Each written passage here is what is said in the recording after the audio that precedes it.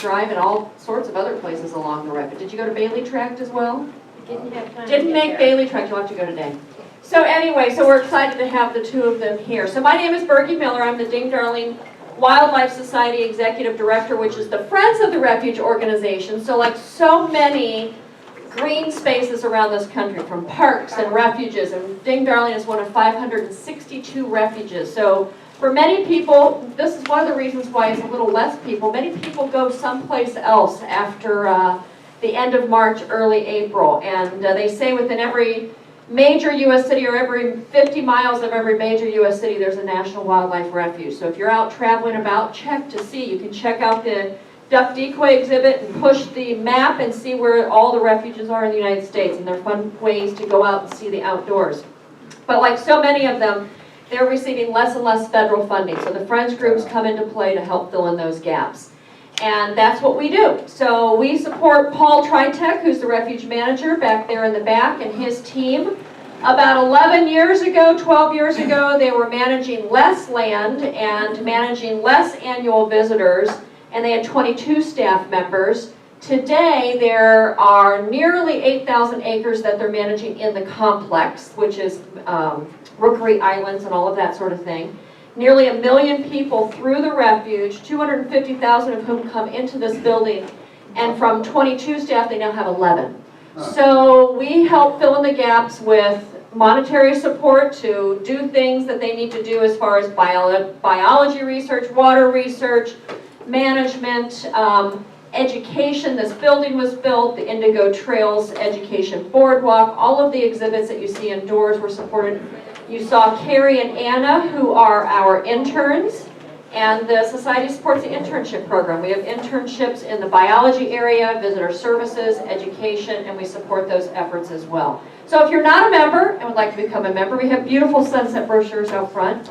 If you're, I saw a lot of people signed up for the Ding on the Wing, the e-newsletter. If you're not getting that, that's out front. You can sign up for that. It's now going to start coming out every other week.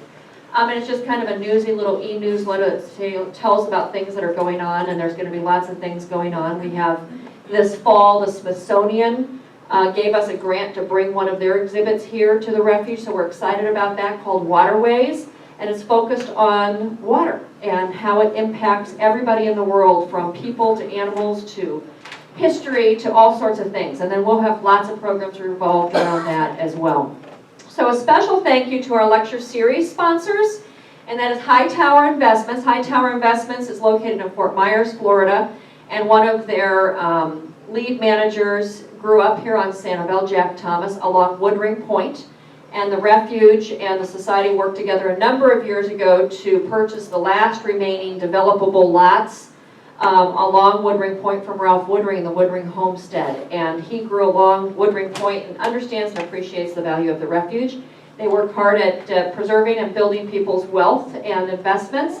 And then Mike and Terry Bolden are also sponsors, and they are longtime board members, former board members, volunteers, and all of that sort of thing. So a special thank you to them. So I'd like to now introduce our two speakers. So you take one adventuresome author and one outdoorsy guy, and you do look outdoorsy. You spend a few months on the Appalachian Trail, and you have today's speakers, Sandra Friend and John Keatley. As luck had it, they met while hiking the Florida Trail and have been inseparable as an outdoor couple since 2012. Sandra has written 31 books, more than a dozen on Florida's natural areas and hiking, and John started blogging in early 2012 and has joined in on 4 new guidebooks since 2013, including today's Florida Trail Guide, which we do have available for purchase in the store, and they are here to sign. Between them, they have hiked and biked a very impressive, I don't think I will ever reach a minuscule amount of this, 20,000 miles, explored waterways by kayak, slogged through swamps, and scrambled up mountains. Both are members of the Florida Outdoor Writers Association and the Society of American Travel Writers. Please join me in welcoming our hosts for today's grand adventure through the Florida Trail, Sandra Friend and John Keatley.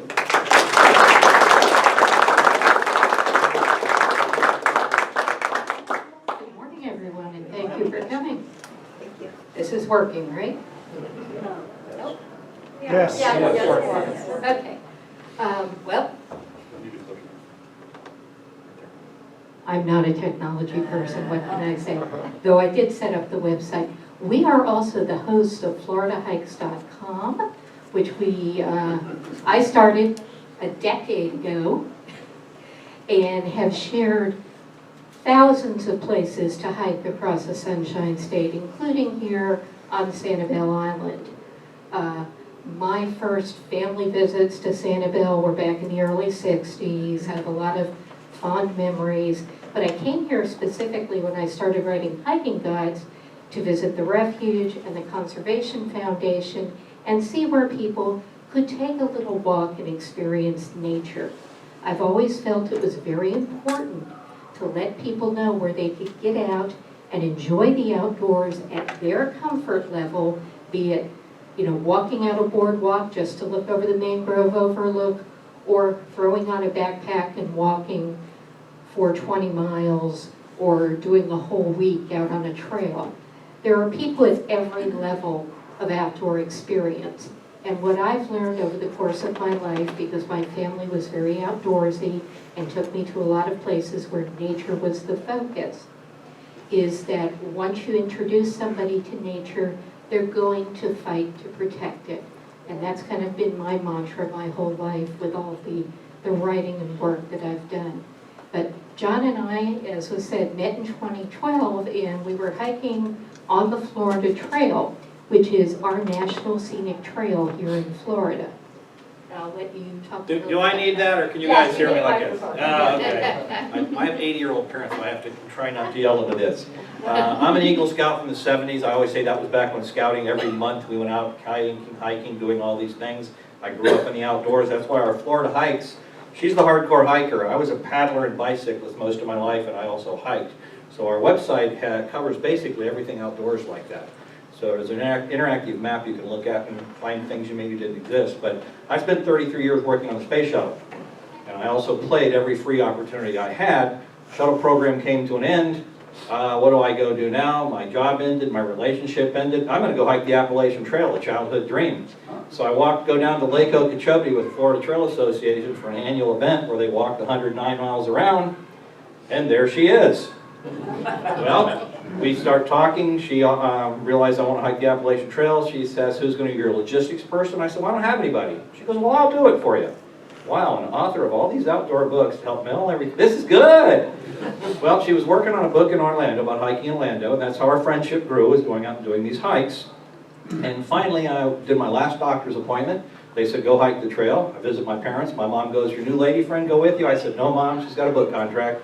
I walk in her home that evening. She looks at me and goes, can I go with you?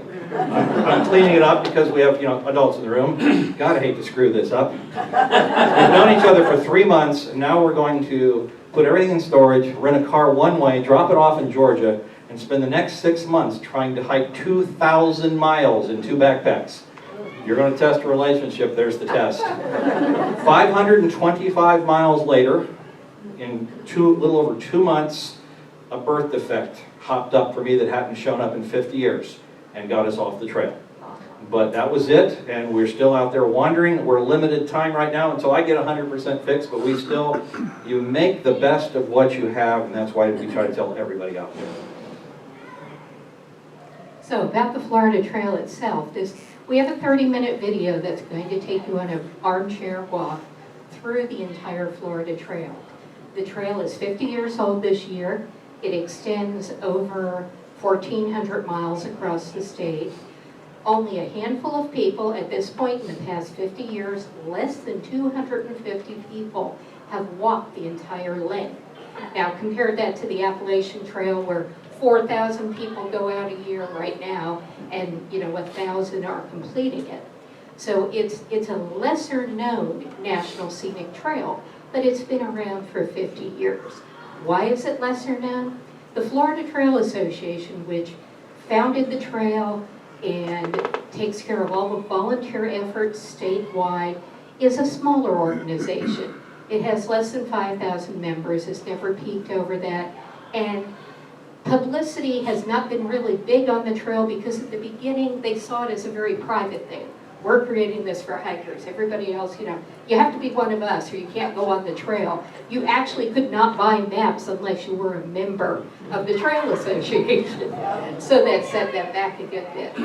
I had written one of the early guidebooks for the trail back almost 20 years ago. And after John and I hiked on the Appalachian Trail, when we were on the AT, we used a guidebook written by a man who lived in Titusville, only a few blocks away from John's house. But we met the gentleman, sat down with him, and went over how nice and detailed his guidebook was. And I said, we need to do this for the Florida Trail. The Appalachian Trail has it. Let's do it for the Florida Trail, and more backpackers will come and hike the trail. And so that's what we did. And what's here at the Refuge now is the second edition of that guidebook, covering the entire trail end to end. Given this is the 50th anniversary year of the trail, we have been working for 2 years on a coffee table book to commemorate the anniversary.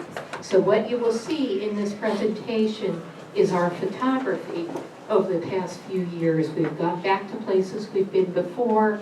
We've been able to take new perspectives on places that we've seen, and we've seen a lot of new places too, because any trail, the length of the Florida Trail, is continually in flux. You will see it move from one point to another. It starts and ends in 2 national parks, Gulf Islands National Seashore in Pensacola and Big Cypress National Preserve. It passes through St. Mark's National Wildlife Refuge, which as far as we know is the only national wildlife refuge in the United States that allows overnight camping for backpackers on the Florida Trail. You have to get a permit in advance to do that, but as long as you're walking the length of the Florida Trail through the refuge, you may camp in the refuge, which gives folks the opportunity to capture some amazing sunrises and sunsets that you couldn't see as a day visitor. Much of the trail is accessible for day visits, for birding, for short hikes, and of course for going out and doing a backpacking trip. So we will let our video, tell the story of the trail, and then afterwards we will happily take your questions on hiking in Florida in general and on the Florida Trail itself.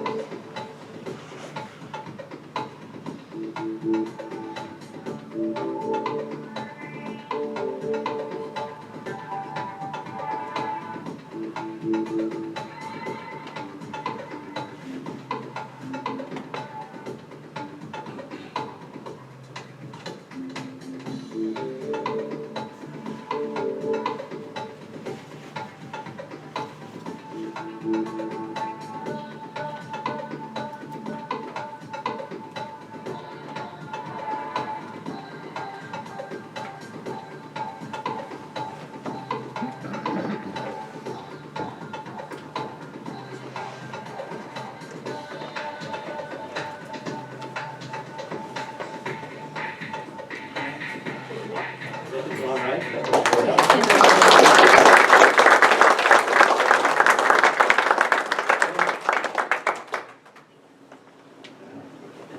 At this point in the presentation, I say, if seeing that doesn't want to make you go out and wander somewhere on a trail in Florida, there's not a thing we can say that's going to get you out there. That was all taken along the Florida Trail.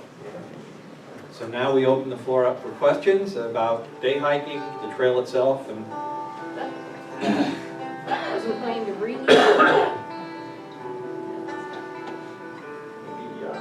Some practical tips about, dampness, Well, sand, some of those things. Florida is one of like 11 national scenic trails. There's a thing called the Triple Crown. You hike the Appalachian Trail, you hike the Continental Divide Trail, and you hike the Pacific Crest Trail. When you finish hiking all those trails, you have done what very few people do. We have people that have done all three of those trails come to Florida and don't finish it. They say, how hard can it be? You've got no mountains in Florida. The first 2.5 days, you walk from 41 all the way to 75 through the Big Cypress Swamp. I'm a native Floridian. I don't get my feet wet unless I have to. So I walked across to get those photos you see right there. It was my first walk across the swamp. And I will do it sometime again in the future, because every time I look at the pictures, I see something else that I missed, because it was my first time of getting your feet wet. So that's the different part of Florida. The hard white sugar sand is hard on your feet. I wear waterproof hiking boots, except when I know I'm going to get wet. my wife, she didn't have one today, she hikes in trail runners. All the time. All the time. She doesn't own hiking boots, she uses hiking boots. So what it is you've got to find something that fits you. And you get out there and you have roots, you have cypress trees. Every place you go, there's going to be just a little bit different. And the problem you have is when you're looking around like this, you trip all over all the things down here. When you're looking at all the neat things down here, you miss it all up there. So that's why coming to Florida and going as fast as you can, you miss so much. So it basically is find a nice little trail and go try it first, just with a day pack with plenty of water, and see how you like it, and see how your feet hold up. So how well marked are these like water trails? I'd start and I'd go off somewhere else, I'd be out in the middle of nowhere, be totally lost. Are they marked well? They are actually marked very They well. are? I got lost once on that particular trail. You're walking along and all of a sudden you notice you don't see an orange trail. Orange blaze, you turn back and you go back to where you found the first one and then you stop and you look again. The only reason I got lost is some hunters had been out there and they used that yellow tape. And they, orange tape, sorry, you get orange tape to mark something else and I missed a blaze and followed tape. And the only thing it saved up is we came to a big giant mud puddle. We walked out of the mud puddle and we'd come up and there wasn't a footstep on there. And the guy behind me called Old Ridge Runner. He goes, John, wait, John. I go, yeah. He goes, do you see any footprints? No. Oops. So we knew nobody was ahead of us and we knew we weren't the first group out. But it is very well marked, but the swamp is the most unique point like that. That's why we take people and try to get them to go in small groups. There's safety in numbers. More people can look for the blaze, less likely to get lost. But we've had experienced hikers get lost out there. And it's the more time you spend outdoors, the better and more comfy you are. We had a couple people this year come down to hike the trail for the first time. We do a kickoff. We run a nonprofit about teaching people to hike in Florida. You'll find that on our website when you come through Florida Hikes. But we did have two couples. One couple went out, lasted a few hours, and came back. Now we knew they weren't going to do much because they were in blue jeans, carrying a machete and an axe. And no. Now walking into there. Now we had another couple walk in there and walk out for like half a day and put up their tent and go this, and us, and turn around and come back. And when they came up and talked to us, they said, well, we're not swamp walkers. And we said, that's fine. Get in your car, drive about 2.5 to 3 hours north of here, and you can walk through an entirely different part of Florida, and you won't get your feet wet. And we hope that's what they did, because like I said, every bit of that is a different spot of Florida. Well, and as you see, the amazing habitat diversity in Florida, basically an inch or two is all it takes to change the habitats around you. So of the 83 defined natural communities in Florida, the Florida Trail passes through more than 70 of them. How many are on the Appalachian Trail? Yeah, the Appalachian Trail has about 7 or 8 distinct habitats That's it. along its length. Yes. I notice some people have the walking sticks and some have one or two. Could you speak for benefits of either or both? It's a personal preference. Honestly, they save your knees a great deal. Okay. When you're walking across the swamp, she sent me out with one hiking stick. She didn't want me to take hiking poles because of all the grit and all the sand that's in there. Sometimes those mechanical poles, it can get in there and jam up. So she gave me one hiking pole in wood. Well, don't do it with one hiking pole in the wood. You're going to slip, you're going to slide because that's mud underneath the water. And 2 of them makes it a lot easier to find your balance. So it seems to And help for the swamp help too, protect definitely. your No. knees using the sticks. Yeah, I had heard that hiking poles, I'm a long distance hiker, a pair of hiking poles in a day's long walk, 12, 15 miles, can save you 8,000 pounds on your knees. And I'll give you a little bit of reference. And how dependable, obviously you're surrounded with water, but are there stretches where the water is not suitable to filter? Yes. It's too brackish or it's dry season? St. Mark's National Wildlife Refuge is a prime example. Since it is right on the Gulf Coast, it is the Big Bend. Some of the pictures you saw there are actually, you walk out to where you can see the sweep of the Big Bend where the peninsula and panhandle meet. That area is entirely brackish. So there are certain water sources, and that's what our book is for. And we did a companion app to the book. We have an app that actually pinpoints on a map with GPS as you're walking. Oh, here's the next water source. It's 0.2 of a mile ahead of me. But you need to pull from only the designated water sources because especially at high tide, most everything in St. Mark's is brackish.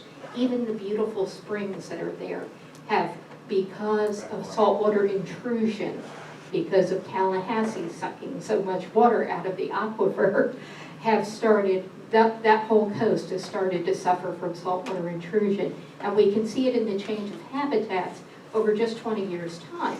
When I first started hiking up there, you can actually see where what was once pine forest is turning into marshes that are, full of salt-tolerant plants. You're seeing the glasswort and the pipewort and whatnot. A quick thing to tell you about the book. What happens, we're on the Appalachian Trail. You're walking along and you come out of the woods and you come to a road and you look left and right, you can't see anything in either direction. So you decide to turn left and see if you can go find a convenience store or something like that. Well, come to find out, if you turn left, it's 15 miles if you go that way. If you turn right, it's just around the corner. There's a little place here. So that's what we did with our book, is we said, okay, you're walking along the trail. There's a nice place you can camp. It's a nice area. There's water available not far from here. So our book became a guide of walking along the trail. Where there's water. If it's dependable water and it's there all the time, we have it marked that way. If it might be seasonal, we have it marked that way as well. So what we tried to do is mimic what thousands and thousands of people have used on the Appalachian Trail to bring them here to Florida. We go to conferences all over and I carry a snow shovel. And they go, what are you doing with a snow shovel? You're from Florida. You've got the point. So all we're trying to do in Florida is introduce people to Florida, come down here, see what it's like here in the winter, go for a hike in the woods, see everything out there. Again, you fall in love with this, help us protect it as well. And then as soon as the sun comes out, the bugs go out, go back home. But we have a season here, and that's part of that. But the book, we at least know what the book is. The book is a blow-by-blow walk from one end to the other. You don't have to do from one end to the other. You can say, I'm going to go visit Uncle George, and hey, look, he's right here next to that trail. I'm going to go hike this piece.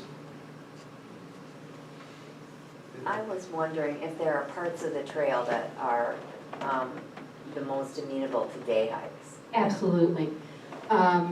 We do kind of call some of those out in there, but we're currently working on a book for release at the end of the year that will be, with visuals of those scenic day hike sections of the trail.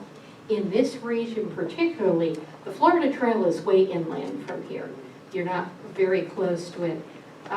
Over in Kissimmee Prairie Preserve State Park, kind of out, trying to think of the best places to access here. Over towards Okeechobee. Okeechobee would be more analogous to where you are, Lake Okeechobee. The trail goes around the entire circle of Lake Okeechobee. Right now pieces are closed because the Corps is working on it. It's very easy walking. The Greenway folks paved much of it, which I don't care for. But you're 35 feet up, so the views are spectacular. The birding is superb along Lake Okeechobee, especially in the fall. You'll get, whole flocks of white pelicans. You'll get the roseate spoonbills.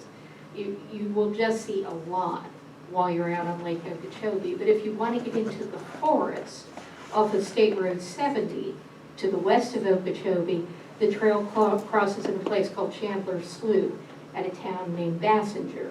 And there's some beautiful day hiking in Chandler's Slough. You drive up a road called Nico Landing Road. It ends at a place called Starvation Slough. That, a 5-mile walk out, or part of the way out, part of the way back, one of the most spectacular oak and palm hammocks in South Florida. So there are gems like that, but amid all the other stuff, they're kind of like hidden gems. So we put those on our website. If you go to floridahikes.com and look for the Florida Trail section, we call those out. But we are prepping a book of those gems to come out. Our website has an interactive map. You can actually look all around the map and you can see a walker, a paddler, or a cyclist. Click on there. There's photographs. There's telling you what's there, tells you how far. So that'll help you out on things not necessarily the Florida Trail, but little places just to go do your practice hikes and get a few miles in. Yes. Can you recount 1 or 2 episodes that stand out in your mind as particularly exciting or Good or unique? bad? Oh, Or scary? You're the Yeah. storyteller. Well, Yeah, I'm trying to okay, think I can give you a good one just from a month ago, basically. A section of trail that I absolutely love is the Osceola Sinks. It's southwest of Tallahassee, and it is the most primordial place you can go. In fact, archaeological digs there, they've kind of said this is where the earliest signs of humanity in Florida were. You know, they found mastodons that had been butchered and things like that in these giant sinkholes, and there were a few of them in the slideshow. Well, I went north further than I'd been before. I'd had some issues getting up into the area. There are closures now and again because of private landowners, and you can only get so far in a day and all that. So a girlfriend who lived in the area took me up to see the rapids, which, depending on water level, Florida has no rapids, or you have some really beautiful class 3 rapids in the Swanee River. I didn't realize you also have them in the Osceola River. We got to the rapids and you saw a few pictures in there. You can walk right down along the edge of the rapids, big limestone blocks everywhere. You've got the cypress knees in the foreground and cypress trees around you, and on the other side of the river is a bluff with palm trees, and it's like you're looking at the water, it's just frothing and churning like you'd see. Root beer colored water. Yeah, root beer colored water, but it's, I mean, it's frothing like something you see in North Carolina, and you're like, this is unbelievable that there could be such a place at this. So Osceola has this beautiful dichotomy of the big sinkholes and then these rapids going on. And I was just thrilled to find that for the first time. I'm going to do it different than your question. I've got 40 years of wandering on the trails and doing all these wonderful things. Every time I go out there, just something else goes ooh and ah. And within the last few weeks, we've had a lot of family issues with our aging parents and things like that that have put a lot of stress on us. So we were up in the Ocala National Forest area and staying at a hospice for a little longer than we ever expected. And I basically went out, got in the car, and I drove to the Florida Trail that's through there. And I took my little camera, and I went wandering down the trail. There was no one out there. It was the middle of the day. All I could hear was the wind in the trees, sloshing around like that. One black racer, one fence lizard, a couple of mountain bikers, because that's actually part of the greenway. They weren't on the trail where I was, but they were on the next trail, and one of them looked over and said, are you the guy from the website? He and his family were up from South Florida. Boy Scout leader and future Eagle Scout, I helped, was sitting there. They were up as a family riding the mountain bike trails that were up there. But after being in a stressful, enclosed place like that, go out, walk in nature, look up at that beautiful blue sky, listen to those trees just go back and forth. If that doesn't clear and erase and make you go, ah, I don't know anything else that does that, that's legal. No, honestly, there's nothing out there that I'm a sailor, I'm a bicycle, something else, but when you're on your own 2 feet and you're just walking along, it's just the most freshening, wipe the slate clean and walk back out of the woods and go face your day. We've been coming to Florida for 31 years in April. We wouldn't consider coming in July or August and I'm wondering what months would be best in your opinion? Okay, Florida hiking, October through April. Okay. The rest of the year, if you're gonna go outdoors, you better do it first thing in the morning and be off the trail by noon. Because you know the no-see-ums are out there already now, and it just gets worse. So we really are a winter hiking state. I mean, you know, fall, winter, spring. But that is, you know, when you're going to have the most enjoyable experience, particularly if you're backpacking. Backpacking's really best in December, January, February. Those are the prime months for backpacking. When it gets hot, get your canoe or kayak and go hit one of those springs so you can just dump in the nice cool water. Again, Florida, there's so much we can do here. Do you have any kind of a shuttle network? If There you're are going some, out for actually. a long period of time? In our book, there Along the are trail. folks Oh, okay. listed who do shuttles. We are not, the Appalachian Trail, you know, there are thousands and thousands of people in the Appalachian Trail. Everybody knows the Appalachian Trail. That's the first question I ask people when we start talking. You heard the Appalachian Trail, sure. How about the Florida Trail? The what? Then we explain to them what it is. We're kind of like ambassadors. We go out there and we try to tell these people and get them to come out with us. But here's my joke. If you're on the Appalachian Trail anywhere along the eastern United States, you got a beard, got a backpack, you may smell just a tiny bit. You walk out to a road and you do this, Yeah. you're a through hiker. People are gonna pull over, put you in the back of their pickup truck, and they're gonna take you to town, and when you're done, you put your thumb out there, oh, you're gonna catch a ride. If you're in the state of Florida, and you got this beard, you got a backpack on, it's a slight odorous amount to me maybe after a week of being out there, I do this right here. I'm a homeless guy. I have had people, I'm sitting there eating my lunch, leaning against my backpack in a park, and I have had people walk up, cross the street, walk across over, and then come back here and continue on. And this particular lady had a Rottweiler she was walking. But here's the nice part with what we're doing and with the nonprofit and everything have. We're trying to form a community, just like the Appalachian Trail has a community of people. We don't ever want to be as big as the Appalachian Trail, but we want to form a hiking community, a hiking network, which is slowly coming together, where things like you asked for right there, somebody is a hardcore hiker and they don't live far from the trail, they don't mind giving somebody a ride and catching them here because they're paying something back for someone that helped them. So that's part of the personal goal in this right here, is develop this community to new people that go out. Everybody's intimidated. We've talked to people that will walk up to the end of a paved sidewalk and they can go no further. But this black lady, what I was talking to with that right there, she says, I will not have my children have the same fear I have, so I'm going to step off of that pavement. So sometimes just that tiny little push to get somebody out there in the woods. And that's, you know, if they get out in the woods and they fall in love with it, they can be like Mr. Darling here. They can want to protect it and they make sure we have it for generation after generation after generation. One more? One more question. One more. How much of the trail is bikeable? Very little. Perhaps about 200 to 300 miles But not in a length like that. Yeah. Now, in pieces. come to the website, you'll see a brand new bicycling portion setting up there. It'll Okay. tell you about the pieces that parallel on the trail. It'll tell you about the new Cross Florida Trail that's going to go from one coast to the other. It's not done yet, but they're working on it. I'm writing about it. But what happens is equestrians, bicycles, and walkers, we all need a different kind of trail. And that's why your greenways and your places like that have it broken. But there are certain areas. We live inside of Orlando, and you're going to walk basically the length of Seminole County on a bicycle path. But you're going to walk by springs. You're going to walk under oak trees like this. It's absolutely gorgeous, even though it's a paved bike trail. So it's just a piece of that 1,100. That 1,100 miles is the end to end. That 1,400 miles if you take all the other side trips. So we're going to go out. We're going to sign some books. We'll answer a lot more questions. We got some giveaway type things. So absolutely, obviously you've gotten me to want to hike, and it was beautiful, so thank you for sharing. And what they say is so true. It takes everybody working together. There's no one person or one organization who can do it all. So when we're all working together towards a common goal and a common mission, it's amazing what things can be accomplished. And that young generation, when you see those